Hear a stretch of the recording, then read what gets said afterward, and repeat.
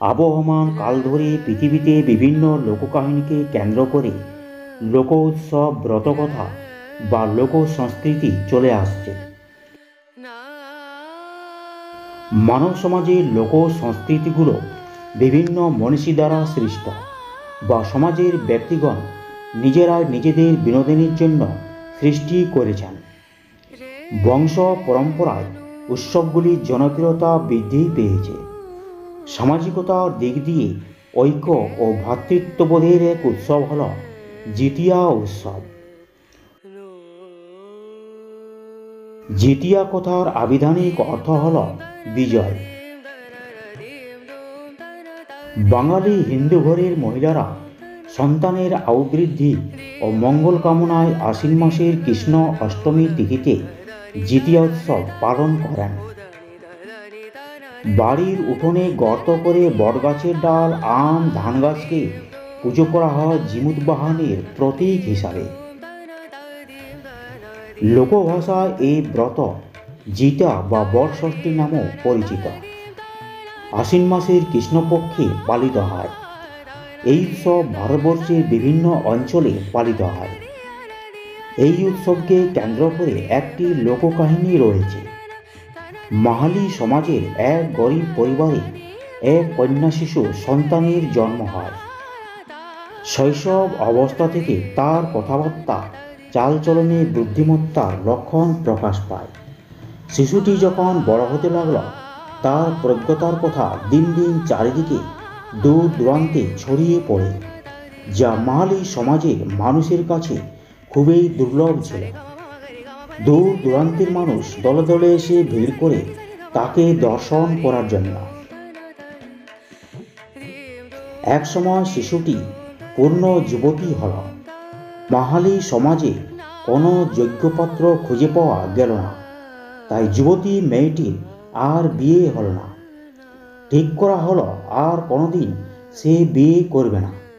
এক সময় ওই মহিষী নারীর কথা ঈশ্বরের কানে এসে পৌঁছল। স্বয়ং ঈশ্বর ভাবতে লাগলেন এই নারীকে তিনি পরীক্ষা করবেন। ভিক্ষুকের বেশে ঈশ্বর হাজির হলেন সেই মেয়েটির কাছে।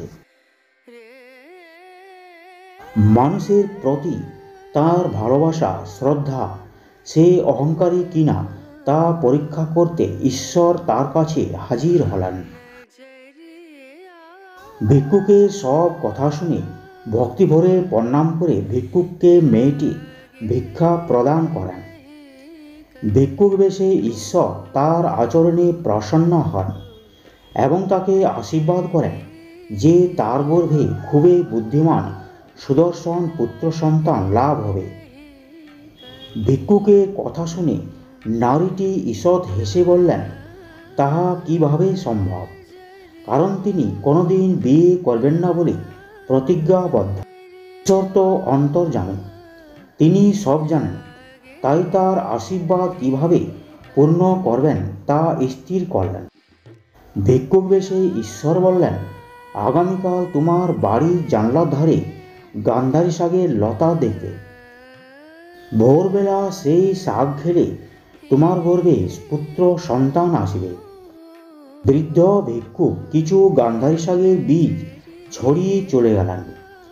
পরের দিন সকালবেলা প্রতিদিনের মতো সূর্য উপাসনার জন্য যখন বাড়ির জানলার কাছে যায়, দেখতে পায় গান্ধারী শাকের লতা লকলক করছে জানালার পাশে। তার খেতে খুব ইচ্ছে জাগল, তাই গান্ধারী শাক রান্না করে খেয়ে সূর্য দেবতাকে ধন্যবাদ জানাল। মাহালি লোককাহিনী মতে সেই দিন থেকে গান্ধারী শাকের সৃষ্টি হয়। শাক খাওয়ার পরেই কুমারী অবস্থায় মেয়েটি গর্ভধারণ করেন। এই খবর বিদ্যুতের গতিতে চারিদিকে ছড়িয়ে পড়ে নিন্দা আর ধিক্কারের ঝড় বইতে থাকে। যথা সময়ে এক পুত্র সন্তানের জন্ম হয়। সেই মহান শিশুটি হল জিমুত বাহন ঠাকুর। জিমুত বাহন ঠাকুর যখন বড় হয়ে উঠতে লাগল, তার পিতৃ পরিচয় নিয়ে সবাই উপহাস করতে লাগল। জিতবাহন মাকে পিতৃ পরিচয় জানতে চায়। প্রশ্নবাণী বৃদ্ধ জিতবাহনের মা সূর্যদেবকে দেখিয়ে বলেন, ওই পারবে বলতে তোমার বাবাকে? সূর্য উদয় হওয়ার আগেই জিতবাহন সূর্যের পথ আগলে দেয়। তার পিতার সন্ধান না দিলে সূর্যদেবকে উদয় হতে সে কিছুতেই দেবে না। সূর্যদেব জিতবাহনকে কোনো উত্তর না দিয়ে আকাশে উদয় হওয়ার জন্য চেষ্টা করতে লাগল। জিতবাহন সর্বশক্তি দিয়ে সূর্যের পথ আটকে দেয়। ফলে দুজনের মধ্যে তুমুল ঝগড়া শুরু হয়। সূর্যের হার হল। সূর্যদেব পরাজিত হয়ে বললেন, তুমি জয়ী হলে, তাই তোমার কাছে আমি প্রথম পরাজিত। সূর্যদেব স্বীকার করলেন, বললেন, আমি তোমারই পিতা, তুমি আমারই সন্তান, তাই এই বিজয় স্মরণীয় রাখার জন্য তোমার পরবর্তী বংশের জন্য জিতিয়া উৎসব পালন করা হবে। তাই লোককাহিনীকে কেন্দ্র করে জিতিয়া উৎসবে প্রচলন করা হয় মাহালি সমাজে। কিন্তু বর্তমানে জিতিয়া উৎসব বিভিন্ন সমাজে মানুষের কাছে ছড়িয়ে পড়েছে এবং খুবই জনপ্রিয় হয়ে উঠেছে।